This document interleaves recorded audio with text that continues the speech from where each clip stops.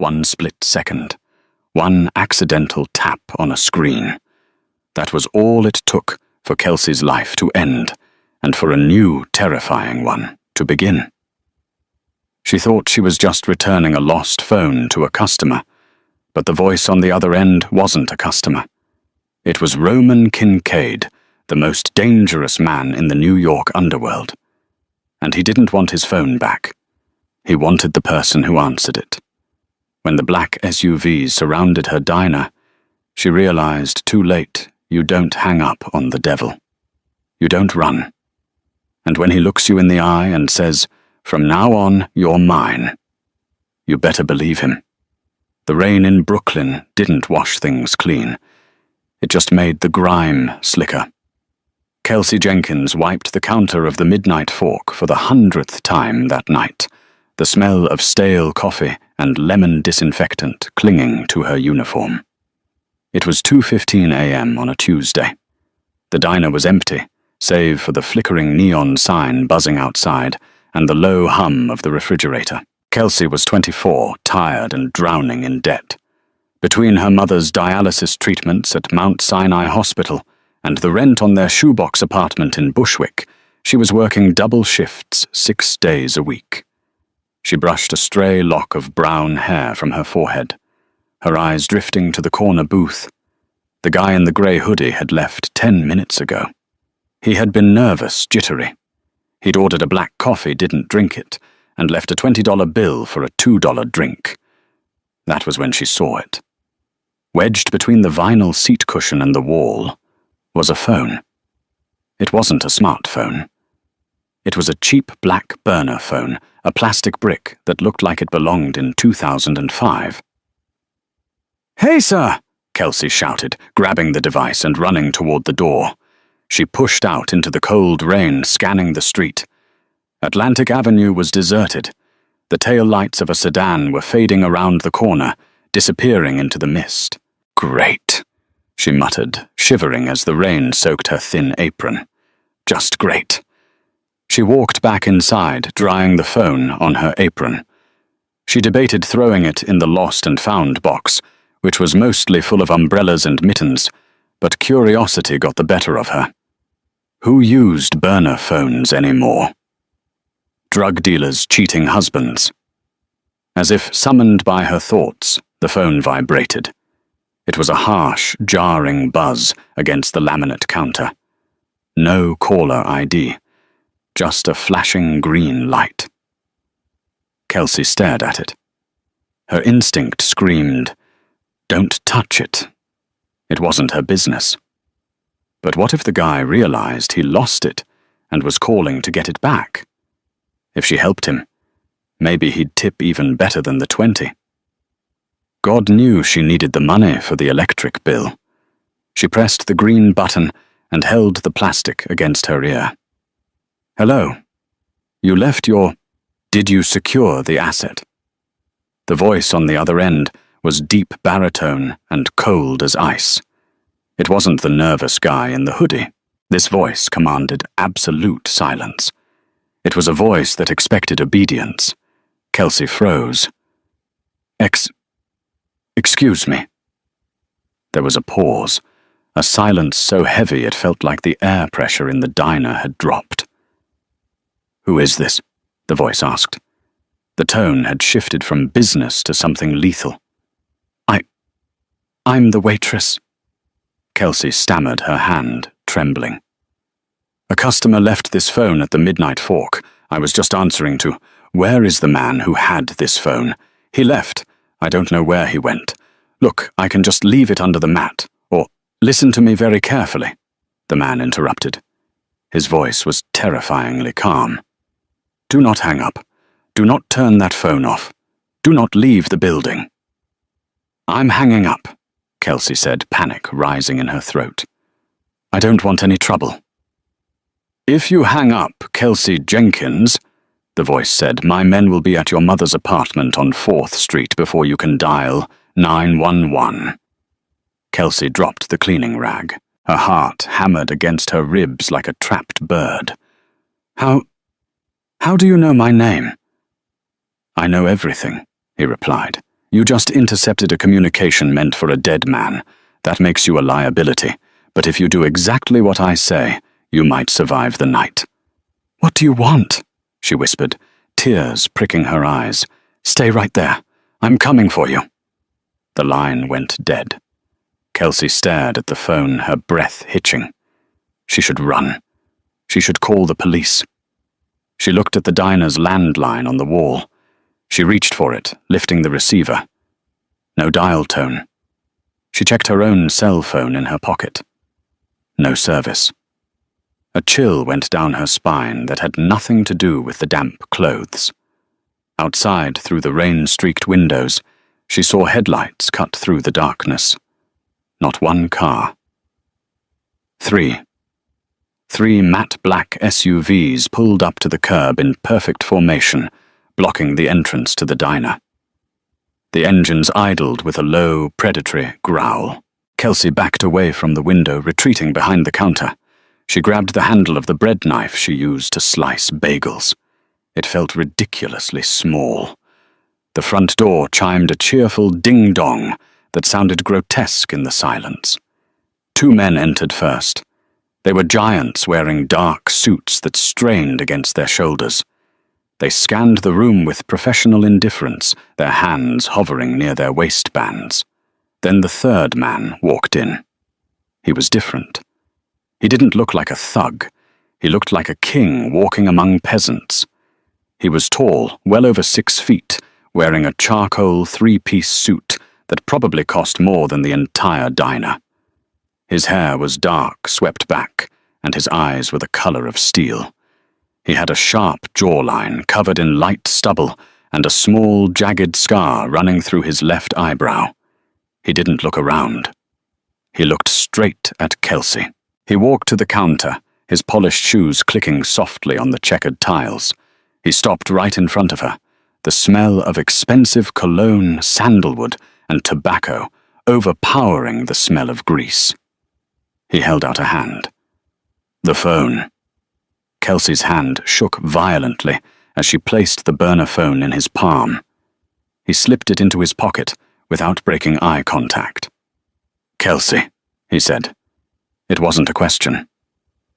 "Please," she whispered, gripping the knife hidden behind the counter. "I didn't hear anything. I don't know anything. I just want to go home." He leaned in, placing both hands on the counter, trapping her in his space. His eyes dropped to her name tag, then back to her terrified face. "You heard my voice," he said softly, "and you're holding a knife behind your back. A serrated bread knife, Wusthof brand, dull blade." Kelsey gasped and dropped the knife. It clattered loudly on the floor.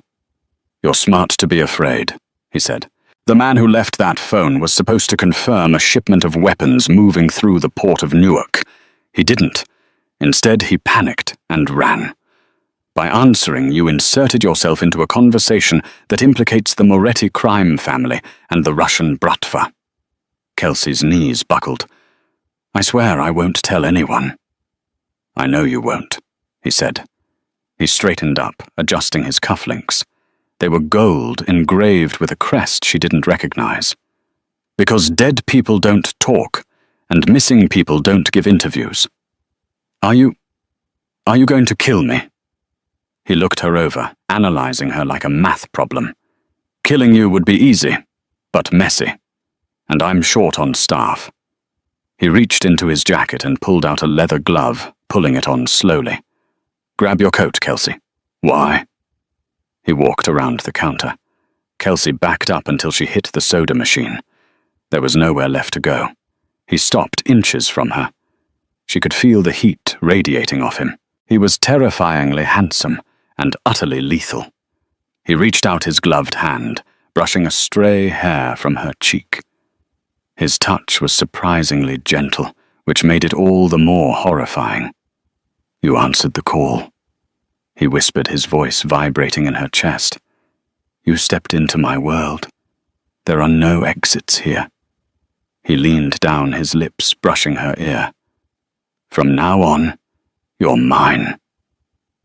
The ride in the back of the SUV was silent. deadly silent. Kelsey sat squeezed between the door and the man whose name she would soon learn was Roman Kincaid. The windows were tinted so dark that the city outside was just a blur of lights. She had tried to protest, tried to scream as they escorted her out of the diner.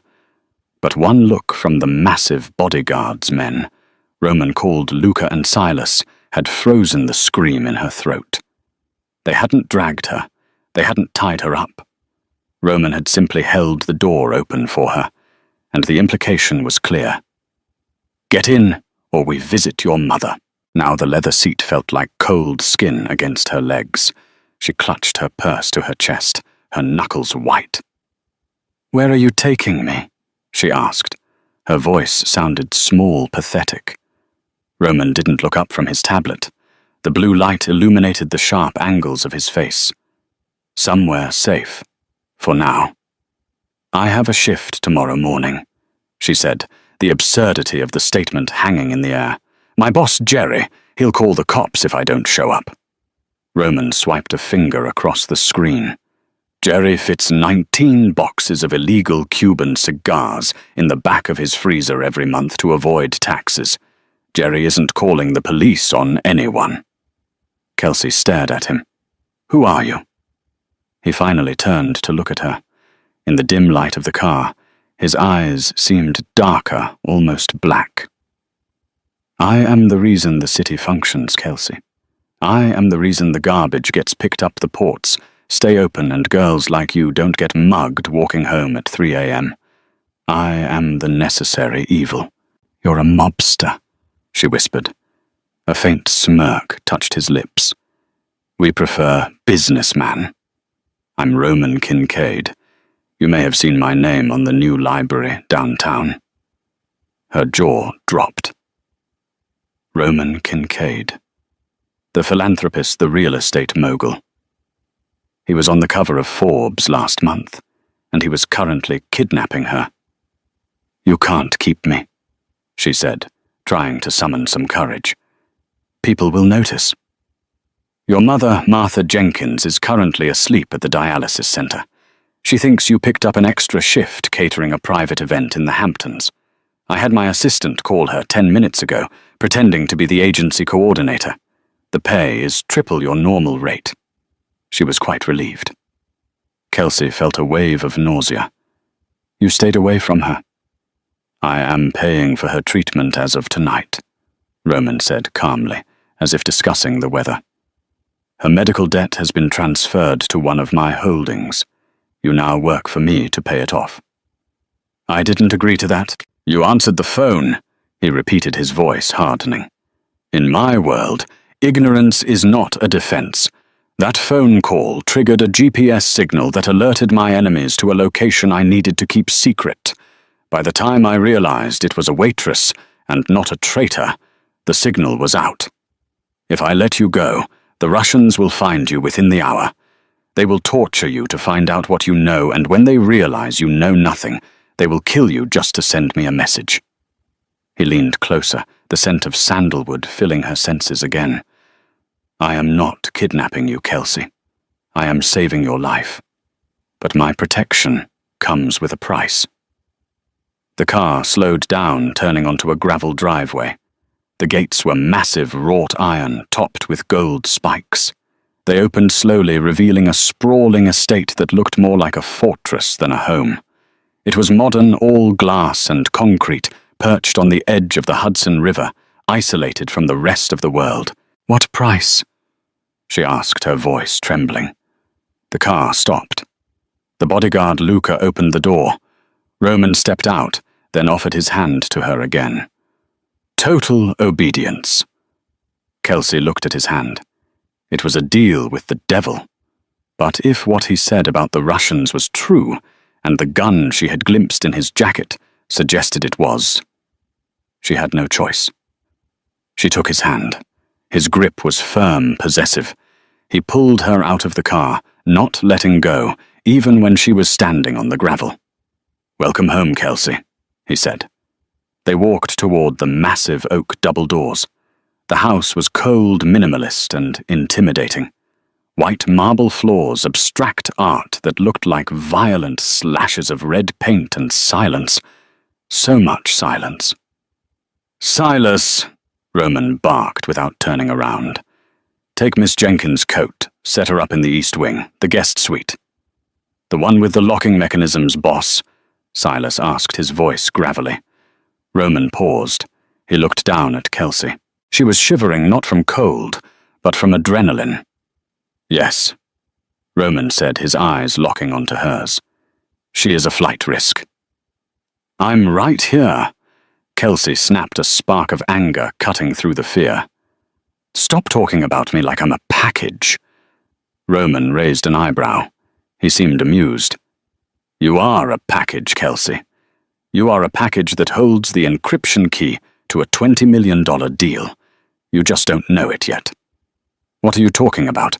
"The phone," he said. "It scans biometrics, voice recognition. When you spoke, it recorded your voice print. The system locked. It thinks you are the courier now. Until my tech team can bypass it, you are the only one who can unlock the encrypted files." He stepped closer, backing her against the cold marble wall of the foyer. He placed a hand on the wall beside her head. "So you see," he murmured, his face inches from hers.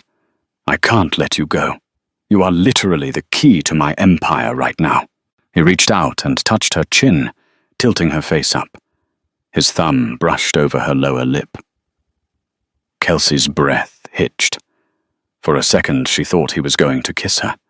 The tension was electric, terrifying, and confusing. "Get some sleep," he said abruptly, pulling away. "Tomorrow we begin." "Begin what?" she asked breathlessly. "Reshaping you," he said, turning his back and walking toward the staircase. "If you are to survive being by my side, you cannot be a waitress anymore. You need to be a queen." He stopped at the first landing and looked back. "And Kelsey, yes. Don't try to run. The dogs are faster than you, and they haven't been fed." Kelsey woke up to the smell of fresh espresso and the feeling of thread counts she couldn't afford to imagine, let alone buy.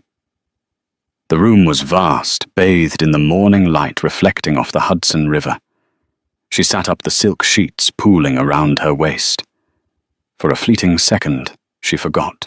Then the memory of the gun, the black SUV, and Roman's cold declaration crashed back into her mind. "From now on, you're mine." She scrambled out of bed, rushing to the floor-to-ceiling windows. Below, on the manicured lawn, she saw Luca patrolling with a German shepherd that looked more wolf than dog. There was no way out. The door to the bedroom opened. Kelsey spun around, grabbing a heavy crystal vase from the nightstand. It wasn't Roman. It was a severe-looking woman in a grey suit holding a garment bag. "Put the vase down, Miss Jenkins," the woman said, her voice dry. "It's a Ming Dynasty original. If you break it, you'll add another $40,000 to your debt." Kelsey lowered the vase, but didn't let go. "Who are you?" "I am Mrs. Gable, house manager. Mr. Kincaid requires your presence in the study in 30 minutes. You are to shower and dress." She hung the bag on the wardrobe door. "Do not keep him waiting. He is in a foul mood this morning, Mrs." Gable left as quickly as she had arrived. Kelsey opened the bag. Inside was a dress that looked like it belonged on a runway, a structured crimson sheath dress by Versace, tailored to perfection. Next to it were matching heels and a set of diamond stud earrings. "I'm not his doll," Kelsey muttered, throwing the dress onto the bed. She showered, scrubbing the diner grease from her hair, but refused to put on the dress. Instead, she put her dirty uniform back on the stained apron, the jeans with the hole in the knee, and her worn-out sneakers. When she walked into the study 30 minutes later, the air in the room shifted instantly. Roman was standing behind a massive mahogany desk reviewing documents. He looked up, his eyes narrowing as they swept over her outfit. He was impeccable in a navy suit, a Patek Philippe watch glinting on his wrist. I gave specific instructions. Roman said, his voice low. I'm not wearing your clothes, Kelsey said, crossing her arms. She tried to look brave, but her heart was hammering. I'm not your girlfriend. I'm your prisoner. Prisoners wear uniforms. This is mine. Roman slowly placed his pen down. He walked around the desk, closing the distance between them. The sheer size of him was overwhelming. You are stubborn, he said, stopping a foot away. I admire that. Usually. Let me go, Roman. I won't tell the Russians anything. The Russians know you have the voice key, Roman said. My security team intercepted a chatter on the dark web an hour ago. Nikolai Volkov, the head of the Bratva, has put a $5 million bounty on your head. Alive. Kelsey's blood ran cold. 5 million. You are a walking ATM to them. If they catch you, they will force you to unlock the files. Drain my accounts and then... He trailed off, his eyes darkening. Let's just say you are safer in this room with me than you are anywhere else on the planet. He reached out his fingers, hooking under the strap of her dirty apron. But if you are going to stay here, you will play the part. Tonight we are going to the Met Gala. It's a charity benefit, but for men like me, it's a boardroom. The Met Gala. Kelsey laughed nervously. I serve coffee, Roman. I don't do galas. You do now, he said, tugging the apron gently. Because the only way to keep Volkov from storming this house with a private army is to show him that you are not a hostage. We have to show him that you are with me, that you belong to me. If he thinks you're my lover, he will hesitate. Killing a rival's woman starts a war. Kidnapping a random waitress is just business. Kelsey stared at him, processing the twisted logic. So I have to pretend to be yours. In public, yes, Roman said. His gaze dropped to her lips. You have to look at me like you love me. You have to touch me like you own me. Can you do that, Kelsey? I don't even like you, she spat. Roman smirked, a dangerous glint in his eyes. That's a start. Passion is passion. We can work with hate. He suddenly ripped the apron off her neck. The sound of tearing fabric echoed in the quiet room. Go change, he ordered, his voice dropping an octave. And burn these rags. If you walk out of that room looking like a victim again, I will dress you myself. Kelsey glared at him, clutching her chest. She wanted to slap him, but beneath the anger there was a terrifying thrill. He was a monster, yes, but he was a monster who was building a wall between her and the wolves. Fine, she hissed, but I'm keeping the sneakers. Wear the Louboutins, he called after her as she stormed out. Red soles, they match the blood you're about to step into.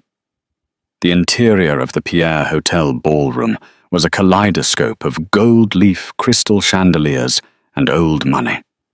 Kelsey felt like an imposter. The red Versace dress fit her like a second skin, accentuating curves she usually hid under baggy t-shirts. Her hair had been styled into sleek Hollywood waves, and a diamond necklace worth more than her entire neighborhood sat heavy on her collarbone. Roman's hand was on the small of her back, a warm, heavy weight that grounded her. Breathe, he whispered in her ear as the cameras flashed. Smile. You're the Queen of New York tonight. My feet hurt, she whispered back, flashing a dazzling smile at a photographer from Vogue. I'll buy you a foot massage spa tomorrow, he murmured. Just keep walking. They moved through the crowd. Kelsey recognized faces she had only seen on TV: senators, tech, billionaires, actresses. They all looked at Roman with a mixture of respect and fear, and they looked at her with curiosity. Kincaid, a booming voice called out. A short, balding man with a thick cigar approached them. Didn't think you'd show your face after the Newark shipment went dark. Senator. Roman nodded politely, his grip on Kelsey tightening slightly. Hiccups happen. This is Kelsey. The senator looked Kelsey up and down, his eyes lingering on her chest. Charmed. Didn't know you had a soft spot, Roman. Usually your dates are temporary. Kelsey is not temporary, Roman said, his voice turning steel hard. She is the future. Kelsey felt a blush rise to her cheeks. He was a good liar. Enjoy the evening, Roman said, steering her away. They reached the bar. Roman ordered a whiskey neat. Kelsey asked for water. You're doing well, Roman said, taking a sip. But relax your shoulders. You look like you're waiting for a fight. I am, she muttered. You said a Russian hit squad wants me. Not here. Too many witnesses. This is neutral ground. Is that him? Kelsey asked, freezing. Across the room, standing near a towering ice sculpture, was a man. He was pale with white blonde hair and eyes that looked like shattered glass. He was watching them. He raised a glass of vodka in a mock toast. Nikolai Volkov. Roman confirmed, his jaw tightening. Don't look at him. He's coming over, Kelsey whispered. Volkov moved through the crowd like a shark in water. The people parted for him, sensing the danger. He stopped in front of them. Roman Volkov, said, his accent thick and heavy. And the mystery woman, the voice on the line. Walk away, Nikolai, Roman warned. She is beautiful, Volkov said, ignoring him. He reached for Kelsey's hand. Roman stepped in front of her, blocking him. The tension in the air was so thick it was suffocating. The music seemed to fade away. Security guards from both sides tensed up, hands moving inside jackets. Touch her, Roman said softly, and I will burn Moscow to the ground. Volkov laughed, a dry, humorless sound. Always so dramatic, Kincaid. I just wanted to introduce myself. I'm a businessman like you. Perhaps the girl would prefer a better offer. I pay well for unlocking services. Kelsey stepped out from behind Roman. She knew men like Volkov. She had served them at the diner, the ones who thought money bought permission. I'm not for sale, Kelsey said, her voice steady despite her fear. And I don't like vodka. Volkov's eyes widened slightly, surprised by her boldness. Then he sneered. A waitress with a tongue. How quaint. Enjoy your night, Roman. The ride home is always the most dangerous part. He turned and walked away. You shouldn't have provoked him, Roman said, but there was a hint of pride in his voice. I wasn't going to let him talk to me like cattle, she retorted. Come on, Roman said, checking his watch. We're leaving. Now. Why the main speech hasn't started? Volkov just gave the signal, Roman said, scanning the room. He said, the ride home. That's a threat. He's not waiting for us to leave the city. He's going to hit us tonight. They moved toward the exit, moving fast. As they passed the kitchen service doors, Kelsey stopped. Wait, she said, grabbing Roman's arm. We don't have time. Look at that waiter, she whispered, nodding toward a man holding a tray of champagne flutes near the side exit. The one with the scar on his neck. What about him? He's holding the tray with his left hand, but his right hand is hovering over his waistband, and he's wearing Magnum tactical boots. Waiters wear non-slip dress shoes. I know. I buy them. Roman looked. He saw the boots. He saw the posture. Smart girl, Roman breathed. That's a hit man. Roman grabbed her hand. Change of plans. We're not taking the side exit. We're going through the kitchen. As they turned, the waiter saw them. He dropped the tray. The sound of shattering glass was followed immediately by the pop, pop, pop of a suppressed pistol. Down! Roman roared. He tackled Kelsey to the ground as a bullet shattered the marble pillar behind where her head had been a second ago. Screams erupted in the ballroom. Chaos ensued. "Move!" Roman yelled, pulling her up. They sprinted into the kitchen, Roman pulling a sleek black handgun from his tuxedo jacket. "You brought a gun to a charity gala," Kelsey yelled, running in heels. "I bring a gun to the shower. Kelsey, keep moving." The kitchen was a labyrinth of stainless steel and terrified staff. Roman moved with military precision, shoving Kelsey behind industrial ovens as he fired back at the two men chasing them. They burst out into the back alley. The rain had returned heavy and cold. "Luca!" Roman shouted into his earpiece. "Alleyway, now!" One of the black SUVs screeched around the corner tires, smoking. The back door flew open. "Get in!" Roman shoved Kelsey inside and dove in after her. "Go, go, go!" Roman screamed at the driver. The SUV peeled out, fishtailing on the wet asphalt. Behind them, another car, a grey sedan, roared in pursuit. Kelsey was hyperventilating. She was soaked, her beautiful dress ruined, her knees scraped. Roman was reloading his weapon, his face a mask of concentrated rage. "Are you hit?" he asked, scanning her body. "No, I don't think so," she stammered. "Keep your head down." Bullets pinged against the back of the SUV. The armored glass held spider webbing under the impact.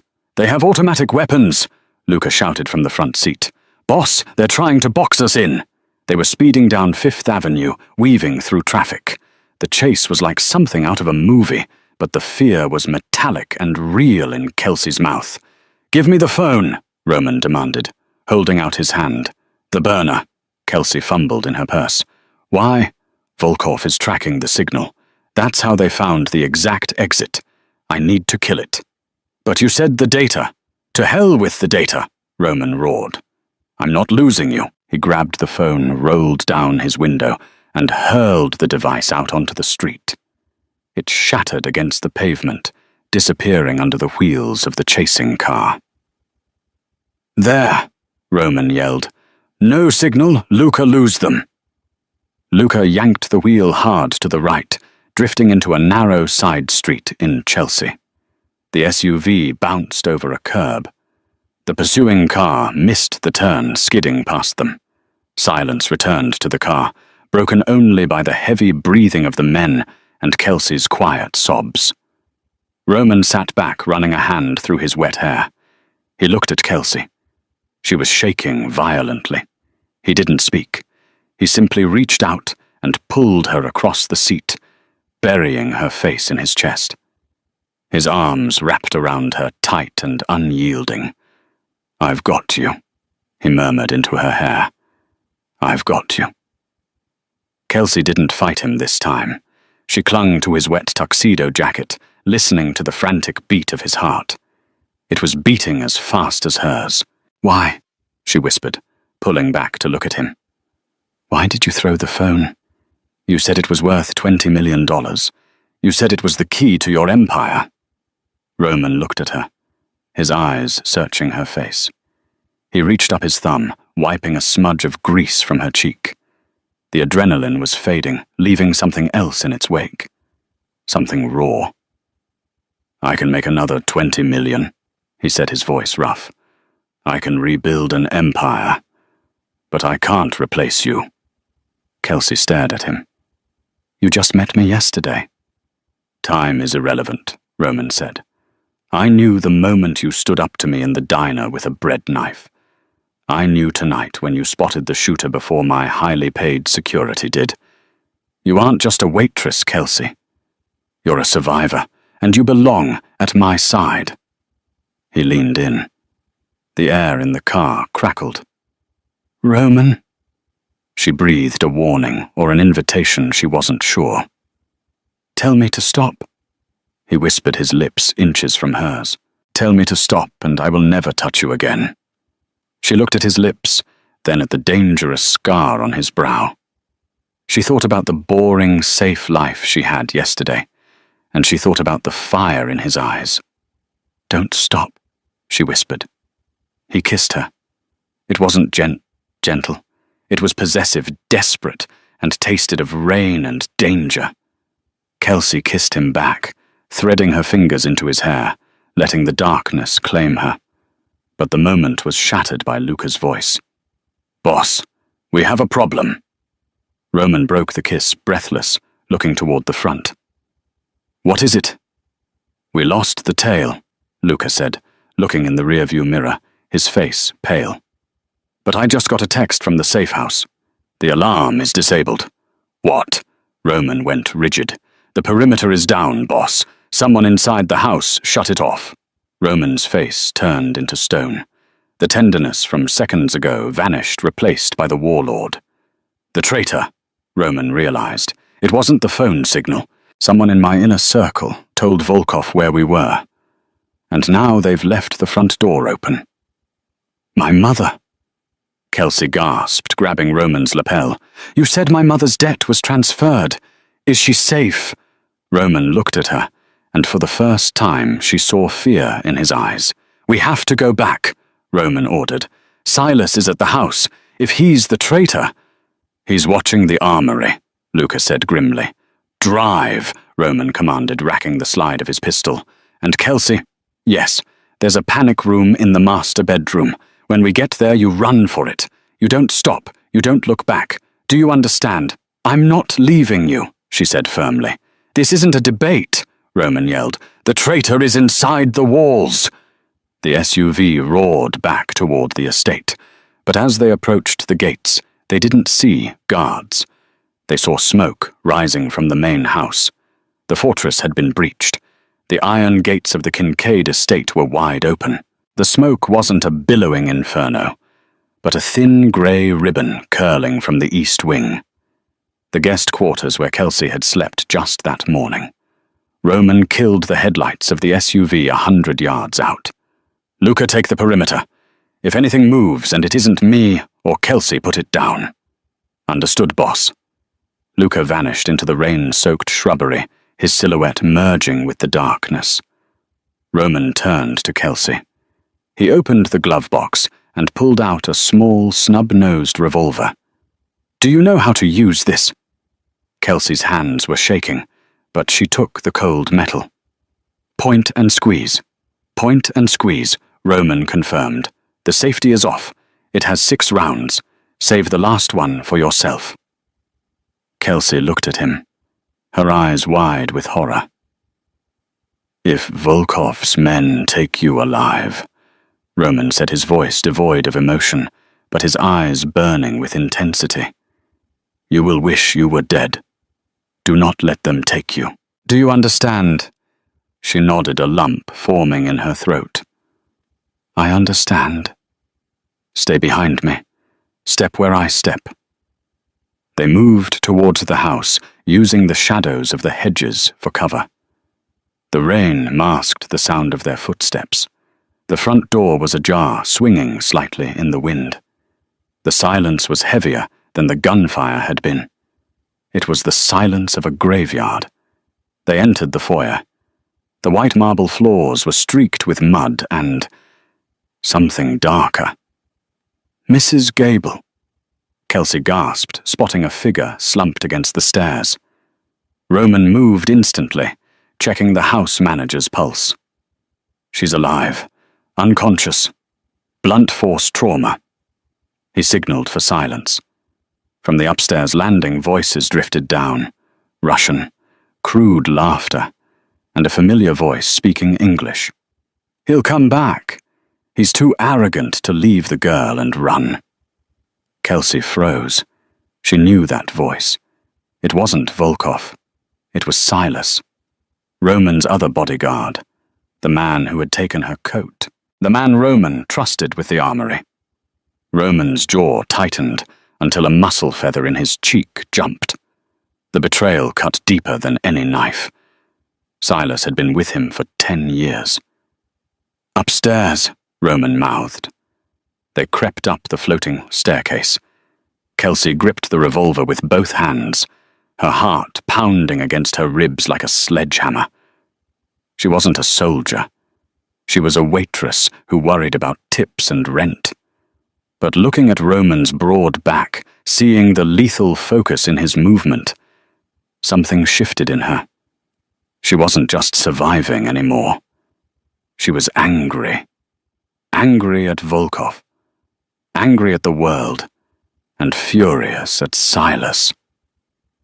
They reached the top of the stairs. The double doors to Roman's private study were open. Inside, Nikolai Volkov was sitting in Roman's leather chair, his feet up on the desk. He was swirling a glass of Roman's finest scotch.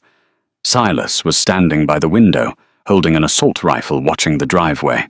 "He's here," Silas said, suddenly, spotting the abandoned SUV. "Show yourself, Roman!" Volkov shouted, his voice echoing through the house. "Come out, and I might make the girl's death quick." Roman stepped into the doorway, his gun raised. Kelsey stayed tucked against the wall behind him, unseen. "Get out of my chair, Nikolai," Roman said, his voice eerily calm. Volkov laughed, clapping his hands. "There he is, the King of New York, looking a bit wet, Roman." "Silas," Roman said, ignoring the Russian. He looked at his man. "Why?" Silas didn't look ashamed. He looked hungry. 10 years, Roman. I took bullets for you. I cleaned up your messes. And for what? A salary while you make millions. Nikolai offered me a seat at the table, a territory of my own." "You don't have the head for business, Silas," Roman said coldly. "You're a hammer. Hammers don't build houses. They just break things." "I'm about to break you," Silas sneered, raising his rifle. "Now," Roman yelled, dropping to a crouch and firing. The room exploded into chaos. Roman's bullet hit Silas in the shoulder, spinning him around, but the body armor absorbed the worst of it. Silas returned fire bullets, shredding the doorframe. Roman rolled behind a heavy oak bookshelf. Volkov flipped the desk, using it as a shield, firing a gold-plated pistol blindly toward the door. Kelsey was trapped in the hallway. She saw a Russian enforcer coming up the back stairs, a man she hadn't seen before. He had a knife. He lunged at her. Kelsey didn't think. She screamed and fired the revolver. The recoil nearly broke her wrist. The bullet went wide, shattering a window, but the noise startled the man. He hesitated. Kelsey fired again, this time at close range. The man crumpled, clutching his leg. She scrambled over him, rushing into the room where Roman was pinned down. "Kelsey, stay out!" Roman roared, reloading. "I can't!" she yelled, sliding behind the bookshelf next to him. "There's more coming from the back." Silas was advancing, suppressing them with automatic fire.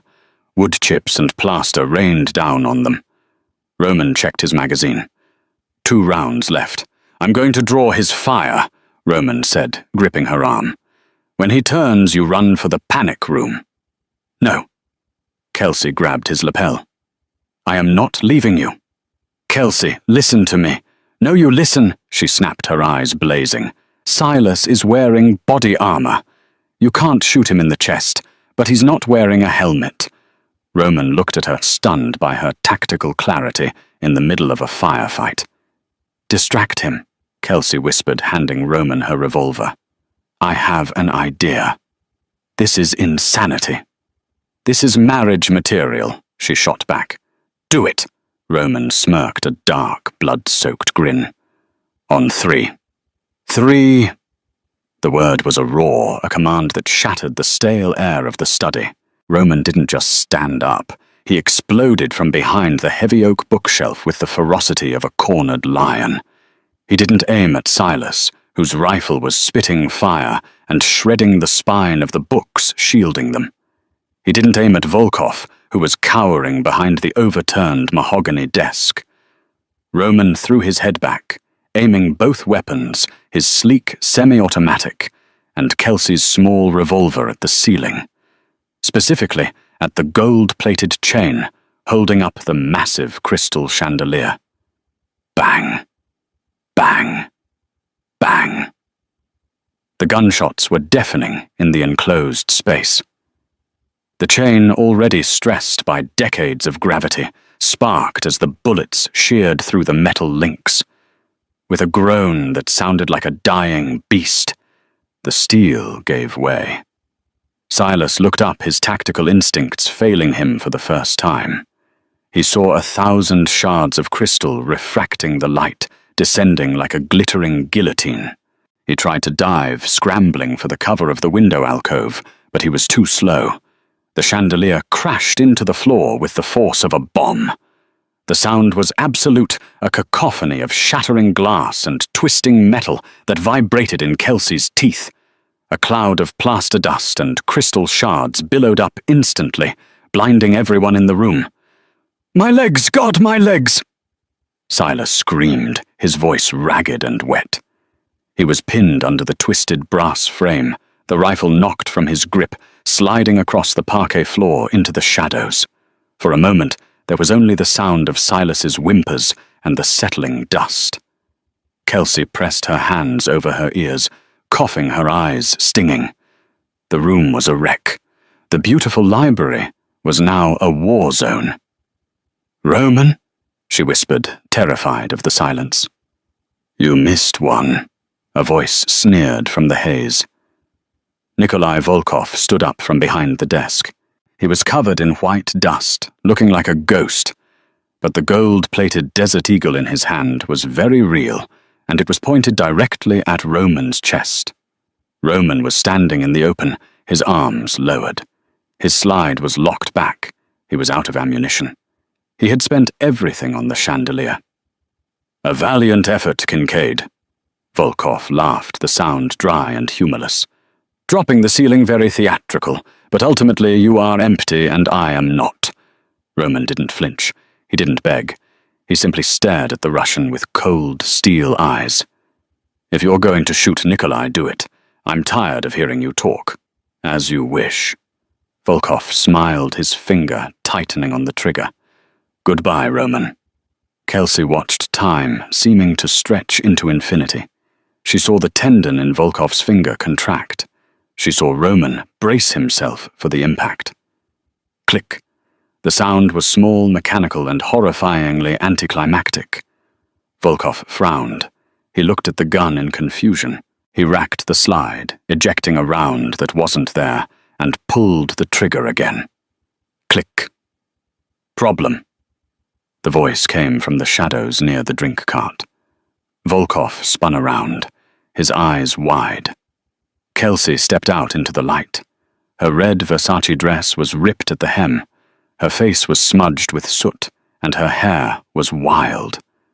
But her hand was steady. In her palm she held a heavy rectangular object, the magazine from Volkov's gun. "Looking for this?" she asked, her voice trembling with adrenaline, but loud enough to cut through the room. "How?" Volkov stammered, looking from his empty gun to the woman he had dismissed as a pawn. "That is impossible." "You were too busy gloating," Kelsey said, stepping over a pile of broken books. "When you poured yourself that drink earlier, you took the clip out to show off the engraving to Silas. You set it on the sidebar. I saw it when I crawled in. You didn't see me because men like you don't look at people like me. I'm just the help, right? I'm invisible until I serve you." She tossed the magazine into the debris. "Service denied." Volkov's face twisted into a mask of pure, primal rage. He let out a guttural roar, throwing the useless gun at Roman's head. Roman dodged it easily, but he was still across the room, separated by the wreckage of the chandelier. Volkov didn't go for Roman. He pulled a serrated combat knife from his belt and lunged at Kelsey. "I will gut you, you little witch!" he screamed, closing the distance in 2 strides. "Kelsey, run!" Roman shouted, scrambling over the debris. But he was too far away. Kelsey didn't run. She couldn't. Her back was against the heavy shelves. She looked at the charging man, seeing the madness in his eyes. She remembered the nights carrying heavy trays, the strength in her arms from years of hard labor that no gym membership could buy. She reached out and grabbed the neck of the heavy crystal decanter, sitting on the shelf next to her, Roman's prized Macallan 25. As Volkov slashed the knife downward, Kelsey didn't flinch away. She stepped into the swing, ducking under his arm, and swung the heavy bottle with every ounce of frustration, fear, and rage she possessed. Crack! The sound was sickeningly solid. The thick crystal connected with Volkov's temple. The bottle didn't shatter, but Volkov's consciousness did. His eyes rolled back into his head, his momentum carrying him forward until he collapsed face first into the carpet, the knife skittering harmlessly away. Kelsey stood over him, breathing hard, clutching the bottle like a club. "Bitch!" a voice wheezed from the floor. Silas, blood dripping from his mouth, had managed to drag his pistol from his ankle holster. He raised it, his hand shaking, aiming directly at Kelsey's back. Bang! The shot rang out instantly. But it didn't come from Silas. Silas's head snapped back, and his arm dropped lifelessly to the floor. Kelsey spun around. Roman was standing 10 feet away, a smoking backup piece, a small ankle gun of his own in his hand. He had vaulted the wreckage and fired in mid-air. He didn't look at Silas. He didn't look at Volkov. He dropped the gun and strode toward Kelsey, kicking debris out of his path. "Are you hurt?" he demanded, his hands immediately on her shoulders, checking her for wounds. His eyes were frantic, scanning her face, her arms, her neck. "Did he touch you?"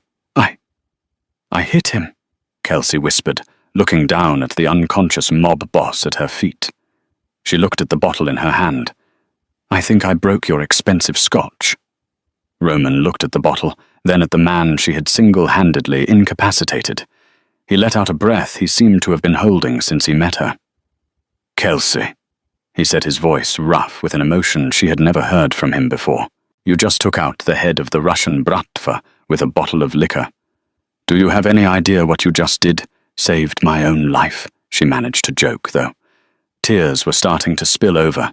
"You saved my life," Roman corrected fiercely. He took the bottle from her trembling fingers and set it down on the shelf. Then he grabbed her face between his hands. The blood and dirt on his skin smeared onto hers, but neither cared. "I thought I lost you," he confessed, his forehead resting against hers. "When the chandelier fell, when he pulled that knife. I have never known fear like that. Not for myself. For you. I told you I wasn't leaving," Kelsey sobbed finally, letting the terror go. She wrapped her arms around his neck, burying her face in the ruined fabric of his suit. "I told you." "You did," Roman murmured, wrapping his arms around her waist and lifting her slightly off the floor, holding her as if she were the only solid thing in a collapsing world. "You are not a waitress, Kelsey Jenkins. You are a warrior. You are a queen among wolves." He pulled back just enough to look into her eyes. The adrenaline was fading, leaving behind a raw electric connection that scorched the air between them. "The debt is paid," Roman said softly. "Your mother is safe. The accounts are settled. You can go, Kelsey. Luca will drive you anywhere. You never have to see this violence again." Kelsey looked around the destroyed room. She saw the traitor dead on the floor. She saw the monster who had hunted her unconscious. And she saw the man who had burned down the world to keep her safe.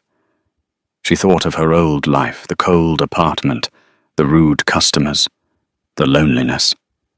Then she looked at the fire in Roman's eyes. "I can't go back," she whispered. "I don't fit there anymore." Roman's thumb brushed a tear from her cheek. "Then where do you fit?"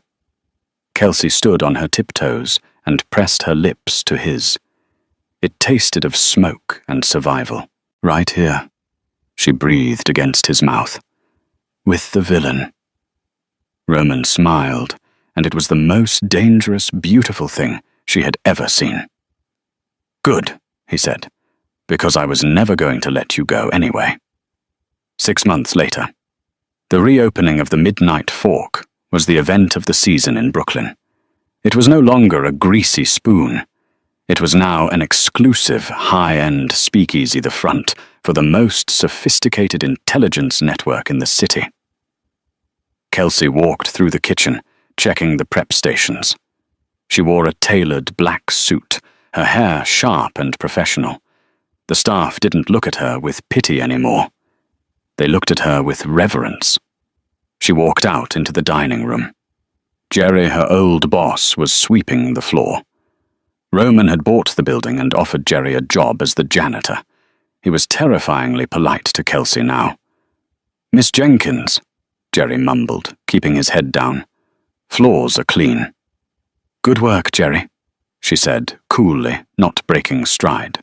She walked to the back booth, the same booth where she had found the phone. Roman was waiting for her. He stood up as she approached, pulling out her chair. "How is business?" he asked, pouring her a glass of wine. "The shipments are secure," Kelsey said, sitting down. "And the Russians are quiet. Volkov sent the peace treaty this morning. He knows better than to cross us again." Roman took her hand across the table. His thumb traced the diamond ring on her finger, a rock so big it practically had its own zip code. "You know," Roman said, his eyes dancing with amusement, "I still need to find a new waitress. The service here is terrible." Kelsey smirked, leaning forward. "Be careful, Mr. Kincaid. The last waitress you hired ended up taking half your empire." "She didn't take it," Roman corrected, bringing her hand to his lips. "I gave it to her, because she was the only one strong enough to hold it." He raised his glass. "To wrong numbers." Kelsey clinked her glass against his. "To right answers." Outside, the rain began to fall on Brooklyn, but inside everything was warm, golden, and untouchable. The waitress was gone. The queen had arrived, and the king was right where he belonged, in the palm of her hand. Wow, what a journey. From a struggling waitress to the queen of the underworld. Kelsey proved that sometimes one mistake can change your destiny forever. What did you think of Kelsey's transformation? Would you have stayed with Roman or taken the money and ran? Let me know in the comments below. If you enjoyed this story, please smash that like button. It really helps the channel grow, and if you haven't already, hit subscribe and turn on the notification bell so you never miss a new story. We drop new drama every week. Thanks for watching, and I'll see you in the next video.